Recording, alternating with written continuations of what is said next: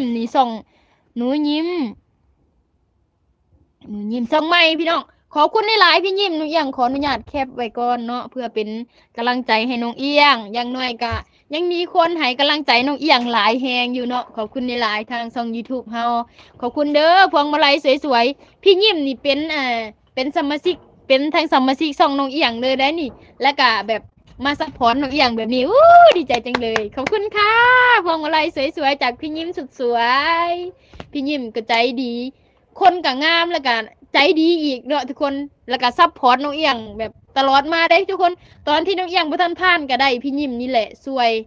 ยคือกันเนาะช่วยแบบโยนเหรียญสะสมซอยน้องเอียงเก็บไปผู้ละหน่อยผู้ละ10เนาะก็มันก็ครบไปเองสั่นขอบคุณเด้อนะครับพี่โจก็ตบมือให้พี่ยิ้มนะครับแล้วก็พี่ยุพินสวัสดีสั่นขอบคุณทุกคน